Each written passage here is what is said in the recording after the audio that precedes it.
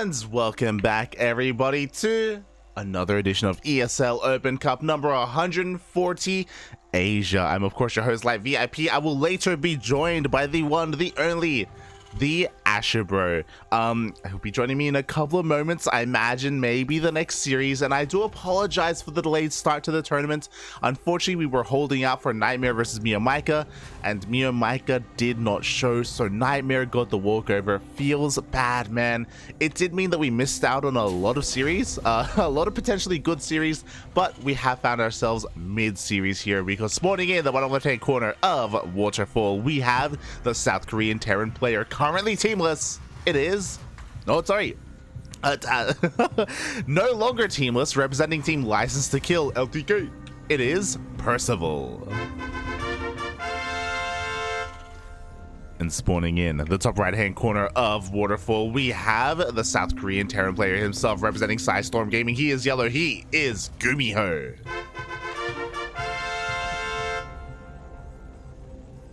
And I apologize as the teams weren't set up properly. They were set up for Miyamika versus Miyamika versus Nightmare, so I do apologize for that. I apologize.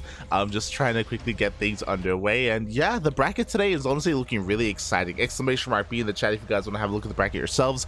We have the foreigners showing up, Rex, Scarlet, as well as Estrella, all from that foreigner team. How Special is here as well, and of course your typical Korean lineups. I was talking about Nightmare earlier, Björn, GuMiho, Percival, Hero, Solar. So yeah, honestly it's looking pretty exciting,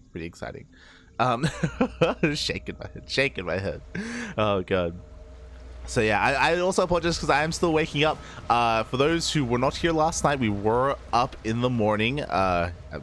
We started casting at midnight. We were casting the WTL qualifiers, CranKy Ducklings versus the Juggernauts themselves, and it was a pretty intense series. But for the time being, we do see a little bit of a skirmish in the middle of the map between both of our Reapers. GuMiho does end up a little bit ahead in that, as he did have the SCV to help buffer and help tank some of those shots. But Percival is able to just barely get away here. Oh my god, but I spoke too soon!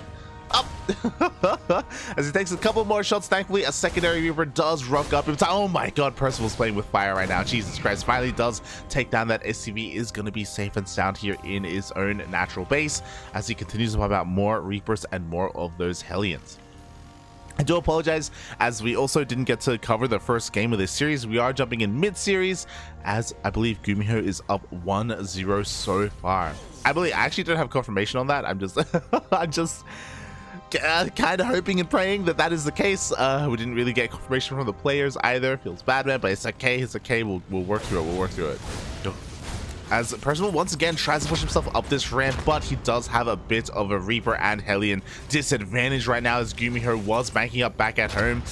Looking at the unit tab, we are now even when it comes to our units, but Percival has taken a couple of shots to the face, both on his Reapers and on his Hellions, so he has to be careful here. He's actually forced to pull the boys.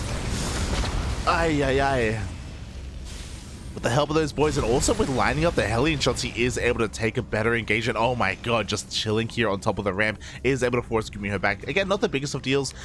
You could argue, sure, GuMiho came out a little bit worse for wear after that fight, but he did force some lost mining time. He did force all of these boys off the mineral patches, force the repair as well. And if he doesn't lose too much in the counterattack, it's going to be okay. But this is a moment where I have to be a little bit concerned. The Cyclone does come out in time, but he's going to be losing both of his Hellions in the process.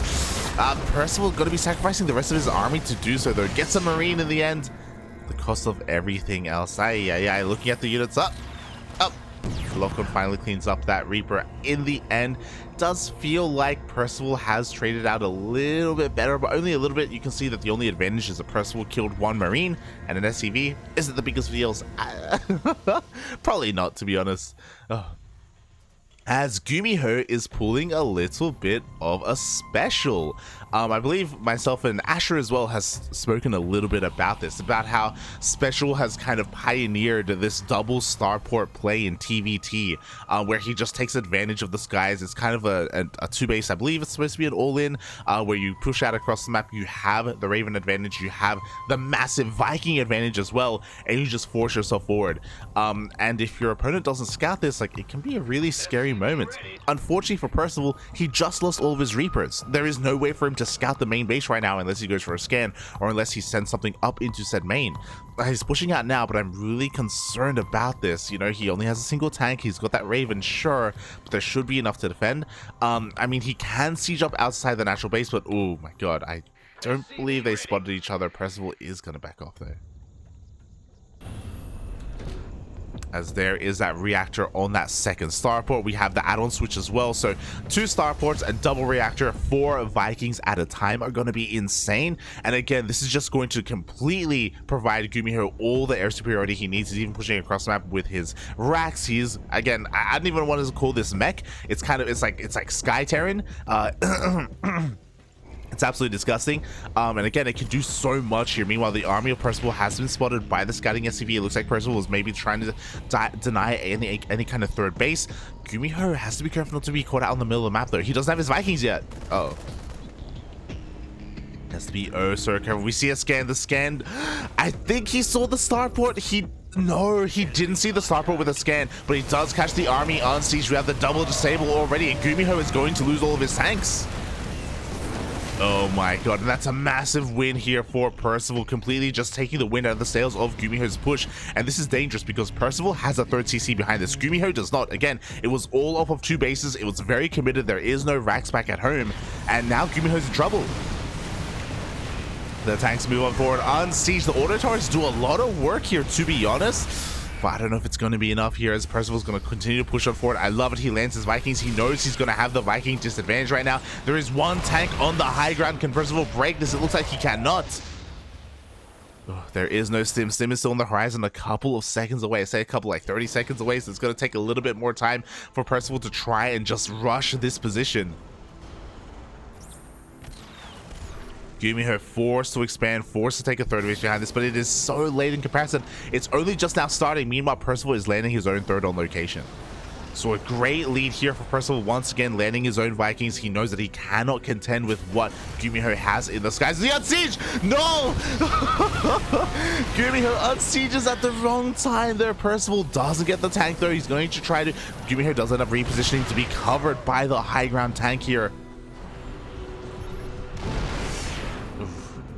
Even the scan, Percival does have that high ground vision to be able to take down 1, 2 of those depots. I love that GuMiho is trying to catch some reinforcements, any kind of stray Vikings, any kind of stray tanks. Doesn't run into anything yet. Stim is now done. Oh, and the Viking harass. You love to see it. All the Vikings do land here at the third base location, denying any kind of mining time here. 3 SCVs are going to go down, maybe even the CC itself. Ooh. Auto turret being thrown down. The boys are being pulled, but no, they're all going to get taken out as well. Percival is forced to turn around. He will save his CC, but again, at the price of 15 SCVs. God, that's a lot of SCVs. And GuMiho is broken free. He was stuck on 2 bases, but now he can land his third. Still not an orbital, but he is now evened up when it comes to the worker count. Goes for another scan just to check out the saturation. Vikings come back in. Oh my god. The Vikings are the real MVP here. 5 more CPs die. Ah. But you know what, Percival, he's had enough. He's pushing out across that, loses 1 tank already. More Vikings do land here in the face of Percival, and somehow, some way, GuMiho is cleaning this up. I can't believe it, Papi. I can't. Ah! GuMiho has got his third base up. It's now going to be an orbital. He's got the worker lead. He forces the Percival to take the linear third instead of the triangular one. Just had to give it up. Looking at the unit side, Jesus Christ, GuMiho still has a massive Viking lead here. 11 Vikings, now 10, now 9. It's gonna lose a couple of Vikings in between the bases. Behind this, GuMiho, he's committed. He is going into that mech. He's going for a second factory. He's going for 2 more CCs. He's crazy. Oh my god. It's just mass Viking tank. Let's go. I didn't think it's GuMiho. All right. I guess it makes sense. Percival has been spotted by the scouting racks. Ooh, we'll lose a medevac in the process. Once again, he's going to try and force himself up this ramp. There's only a single tank. It is going to be focused down. And now Percival can try and punish this third base. Angie May is going to fall as well. GuMiho just doesn't have the tank numbers to really stop this from happening. He's trying to leap from forward, but he loses 11 more SCVs. Percival takes back that worker lead.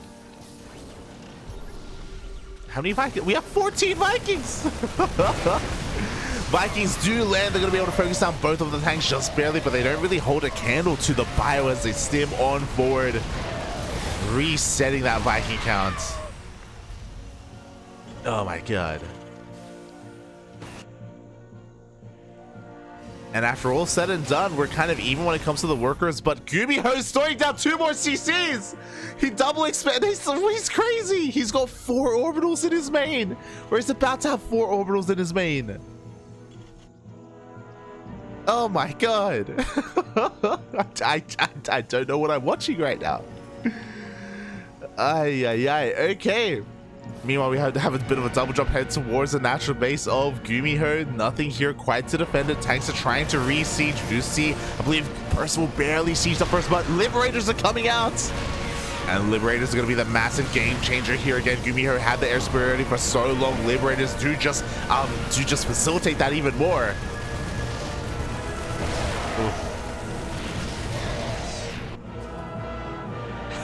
What did I find myself into? What did I find myself in? So you have another drop in towards the third base. Again, trying to abuse the fact that the Viking count was reset. But it may not even matter here. Percival once again just forced himself in. GG gets called. And somehow, some way, Percival takes game number 2 and ties it up 1-1. Oh my god. I can't believe it. GG. I wish I had the man himself with me for that game because that didn't make any sense to me. Welcome everyone, welcome my lovely co-caster for the day, AsherBro. Welcome. Hello, hello. I am back from experiencing the outside world. Are you okay? Are you still whole? Are you okay, Bobby? I'm more tired than I was. You're like, I don't know what all this vitamin D talk is about, but it's killing me. It's yeah, I don't think it's good for you. I think I've been lied to. Oh my god.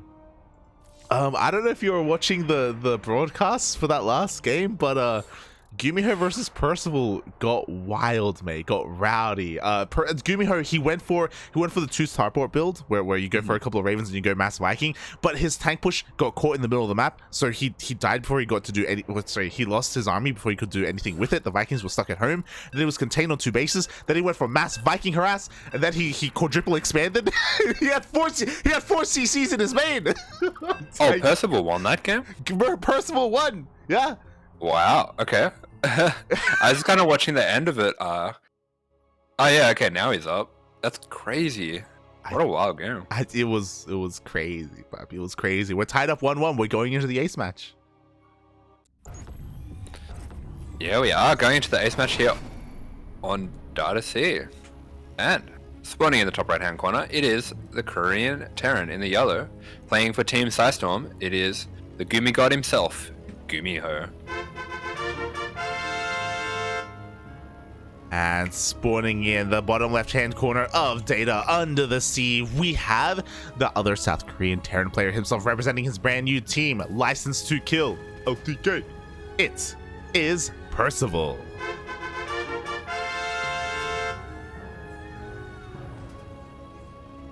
Yeah, so Percival just kind of, I'm not sure if it's a permanent stay with LTK or it was just signing on for the World Team League season, but he has joined them for that one. And that's a very strong player that they're picking up there, and they've made a good run so far. I know last night they managed to take the win over Team Roddy, so they're just 1 game away from getting themselves into Code A. Oh yeah. Percival is already proving his worth for Team LTK, and that may actually be the same here in ESL Open Cup Asia because he's going up against one of the best Terrans in the entire world, and they're both of similar minds as they both go for Proxy Raxes. Yeah, this is really unusual. Having 1 Proxy Rax at home and 1 out on the map is not It's not the best build. It's a bit more like a mix-up, so it's more designed to kind of trick and confuse your opponent. It's not the strongest build on its own, but it's a bit more of a mind game build and not something that we see that often, so it's very strange that they're both going for the same build. Yeah, both going for the same build in a little bit of a different way. Percival did take an additional gas in his main base, which is quite interesting. Also, his own proxy is closer to that of GuMiho, so he will be able to be that much more aggressive. But yeah, it's kind of wild that they're mirroring each other a little bit. I don't fully know who to favor here.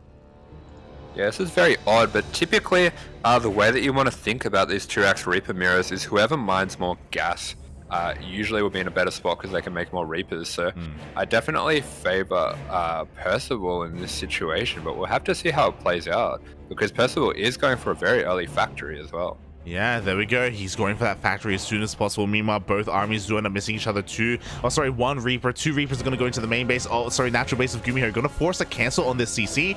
Meanwhile, Percival doesn't have to worry too much about that. He's not going for his own CC, prioritizing that factory instead. Ooh. Yeah, this is a very odd situation for both players where both of their builds, they will realize are kind of off, but in different ways. It's such an odd situation that we find ourselves in, and they're just going to be trading out with these SCVs for now, trying to mine as much gas as they can before things get too hectic. Yeah, exactly. Both players just dropping in that worker count like flies right now. We do have another Reaper on the way for Percival. Meanwhile, GuMiho has finally forced Percival out of his own main base. Oh my god, coming in from behind, gets kind of a surround. Oh, that is brutal. All these Reapers being taken out, and that's very significant for GuMiho here. Having kept his own 2 Reapers alive, even staying on top of the racks of Percival. Oh, he's done a fantastic job of this. Yeah, exactly. The Hellion is still on the horizon here for Percival. He now has nothing left to defend. Only workers, only SCVs right now. He's going to try and bait GuMiho into the mineral line, but now he has 0 gas mining. Yeah, and having a look at the units tab, Percival with only 1 Reaper across the map, so he's not getting the counter damage himself, and that makes this situation very difficult for him. Yeah, exactly. Forced to turn around in the end. He will also clean up the Reapers of GuMiho, and after all said and done, we're in a bit of an interesting place here where GuMiho is ahead slightly in workers. He's also going to be ahead in his CC, but he's a little bit behind when it comes to the army. I say a little bit behind, but you know, that Marine count is honestly looking not too bad. Yeah, the Marine count is good, but at the same time, Percival does have a couple Hellions, so if he's able to micro this well with the 2 Hellions, he should be able to take out everything that GuMiho has on this round, but he's just going to go in with the 1 for now, and this is a really good concave for GuMiho. Oh yeah, exactly. First Hellion already goes down. We don't really have the splash damage that we need here from these Hellion shots, and as a result, GuMiho is going to be able to force this all the way back. Yeah, those were some fairly poor trades for Percival. Not exactly what he wants here, but he still has a good advantage in the tech. He's got his Starpot coming up right away, and we're going to have to see if he's going to be able to leverage this. Considering how late the factory is for GuMiho, there's potential for Percival to even go for something like a Banshee or a Liberator for Harass, and that Cyclone's going to be very late. It's going to be very late indeed. Meanwhile, we have one other Reaper in the main base, so Percival going to be distracting him a little bit. Meanwhile, with these Hellions, he should have enough to break him through, and there we go. He does break the defenses of GuMiho, but this was a little bit too late. GuMiho was able to finish his CC just in time. Orbital's on the way, so he won't be delayed. Yeah, the CC is finished, but at the same time, this is going to force more Hellions out of GuMiho, and actually Percival taking out all the units, this is starting to snowball out of control. I'm not sure if GuMiho is going to be able to get this back under control, especially if he loses his Hellion. Yeah, exactly. The Hellion already at less than half HP. It looks like he's going to be able to force these Reapers all the way out of his main base. They barely managed to survive. Meanwhile, Percival is slowly breaking on through this depot. It's honestly getting pretty low with the help of these Reapers. He may be able to break in. Yeah, he's got those Reapers on the way. Percival back at home continuing to make Hellions and Reapers, just trying to snowball this situation. It doesn't look like he's going to use that Starport just yet, but if he does get the money for it, I would like to see him maybe go for a Liberator. But things are quite tight with the money. He does actually get a medevac out. Yeah, exactly. He gets a medevac out. He bypasses that wall. Everything gets his way. Oh my god, the splash damage on these Hellions almost rushed every single one of them. Percival is 100% all in, by the way. I don't know if you've seen, but he only has 9 workers. Yeah, barely anything at home. A little bit stacked up on the Reapers here, eating quite a lot of shots from those Hellions, but these 3 Hellions are going to have to keep GuMiho alive here. He does have a 4th one on the way, but it's not going to be out in time. Yeah. Even making a Viking here, but so many SCVs going down. Exactly. You know what? There's only a single Hellion remaining. Okay, second Hellion comes out just in time. The Hellions, the reinforcements of Percival are stuck outside the ramp, outside the main base of GuMiho. And again, Percival, he's on a timer. He has to break on through, but he has actually taken the worker lead. Yeah, he has taken the worker lead. He's going to try to take out some of these Hellions, but this landed Viking represents a lot of DPS that is going to push away the Reapers for now. And while he does have that worker lead, GuMiho is able to make his workers 2 at a time and has the extra mules as well. So Percival is once again on a timer to get a bit more damage, and it looks like he's producing another medevac. Oh, another medevac is going to be on the way here. The depot barely rises in time as GuMiho finally able to maintain control of his own main base. As you were saying, the longer this goes on, the better it's going to be for GuMiho, and Percival is fully aware of that. He wants to go again for round 2 with that medevac as it boosts across the map. Yeah, that's right. But meanwhile, on the side of GuMiho, we're seeing he's producing a second Viking, and that's going to make it very difficult for Percival to get anything done here.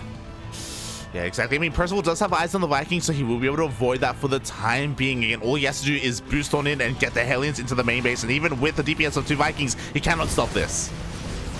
Yeah, they will jump up, but these Reapers taking serious splash damage from the Hellion. Percival not able to spread them out as he goes up this ramp, and he's going to lose everything.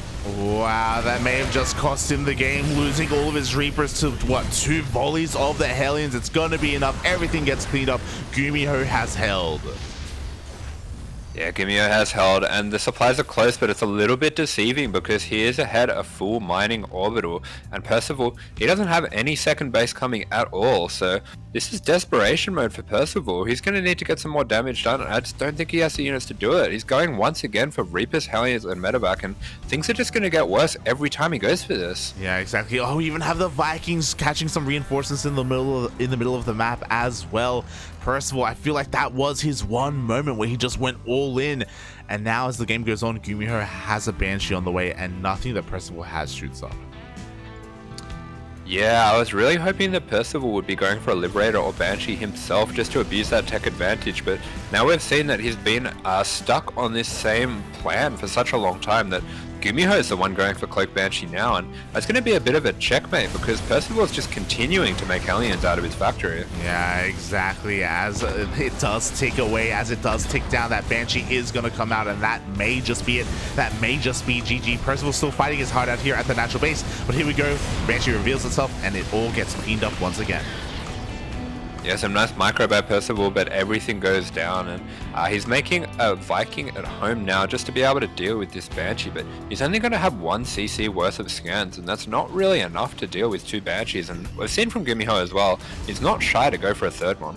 Yeah, exactly. He's done so in the past. He could do it again. GuMiho even going across the map with said Banshee just to harass, just to hinder the economy of Percival. Once Cloak finishes, I mean, that's it. GG gets called. GuMiho barely survives and takes the series 2-1. Yeah, I think the writing was on the wall for that one for quite a while there. Percival eventually realizing that he's just not going to be able to deal with these Banshees, and GG is called. So a close 2-1 in the end, which is not a bad showing at all for Percival considering the strength of GuMiho, but GuMiho is going to continue on in this bracket. Yeah, exactly. Congratulations to GuMiho. But also, I want to give a massive shout out to Percival because let's be real.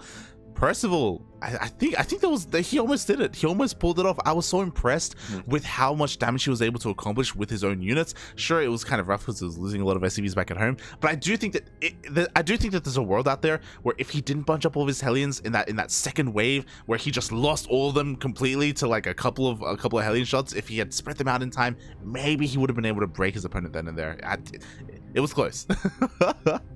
Yeah, it definitely got close at one point, but I think he was just a little bit too rigid sticking with that one game plan that he had, so unfortunately wasn't able to make that one work in the end, and a very solid defense by Gumi.